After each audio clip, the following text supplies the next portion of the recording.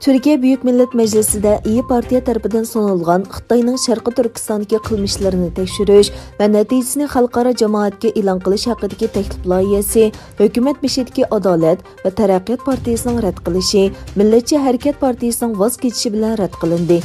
İyi Partiyaning parlamentdagi guruhi vakillari Lutfu Turkanning imzosi bilan sunulgan taklif loyihasida Xitoy Xalq Jumhuriyati tarafidan Sharqi Turkistonda Uyg'urlarga qarshi planliq va sistemalik elib berilgan erkinlikdan mahrum qilish, qiynash, zulm qilish, majburiy tug'ut cheklash va o'ltirish qilmishlarining bir millat kishiligini qisman yoki butunlay yo'qotish g'arzi bor. Bu xil sharoitda Xitoyning Uyg'ur xalqiga qaratgan inson qalbidan chiqqan vahshiyliklari G'ozi majlisda tekshirilishi va natijasi xalqaro jamiyatga e'lon qilinishi lozim deyilgan.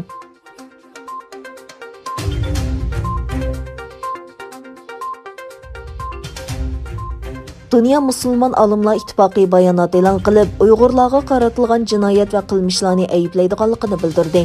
Bayonotda Xitoydagi musulmon Uyg'urlarni nishon qilgan keng ko'lamlik turma jazosi va qiynashlar, ularning dinini o'zgartirish, ularni otizmchi bo'lishga majburlash, ularning diniy va milliy kimligini o'zgartirishga urinish qilmishlariga norozilik bildirgan.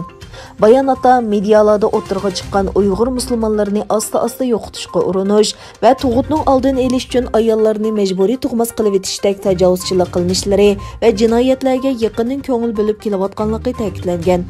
Beijing hukumatini bu qilmishlardan voz kechish, musulmonlarga qonunliq va insonparvarlik huquqi berish, ularga qaratilgan har xil nohaqchiliklarni tugatish talab qilingan bayonotda Islom hamkorlik tashkiloti, Islom davlatlari, Birlashgan Davlatlar tashkiloti va kishilik huquq tashkilotlari ustiga tushgan mas'uliyatni ado qilishga chaqirilgan.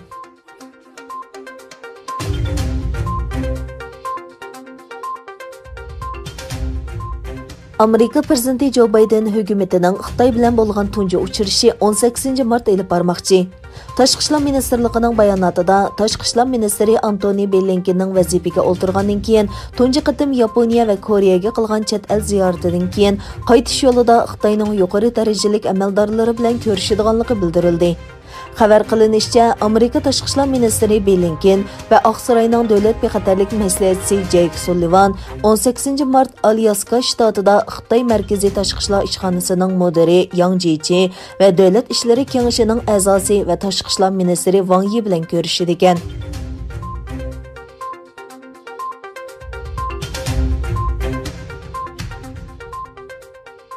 Rossiya bilan Xitoy Oy sharida birlashma olam punkti qurish kelishimi imzoladi.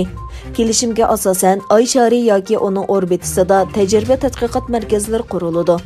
Rossiya olam qatnashi idorasi Roskomosning bayonotida Xitoy davlatlik olam qatnashi idorasi bilan orbitida yoki Oy sharida tajriba tadqiqot markazi qurish to'g'risida kelishim imzolanganligi e'lon qilindi. Yana bir tarafdan Amerikaning olam bo'shliqi tadqiqotidagi rahbarlik o'rni davomlashmoqda. Amerika Marsga avatgan tez pikmas nomli tekshirish mashinasi yaqinda Marsda tunji sinov yurishi olib bordi.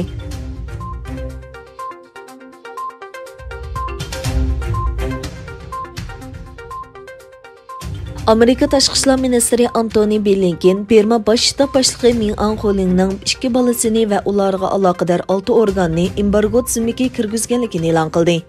Antony Blinken yozma bayonotida o'zlarining Bېrmada 1 fevraldagi siyosiy o'zgarishdan buyon o'tkazilgan namoyishga qaratilgan zo'ravonliklarni ayblaydiganligini, Amerikaning bu davlatga qarata yangi jazo qo'shganligini bayon qildi.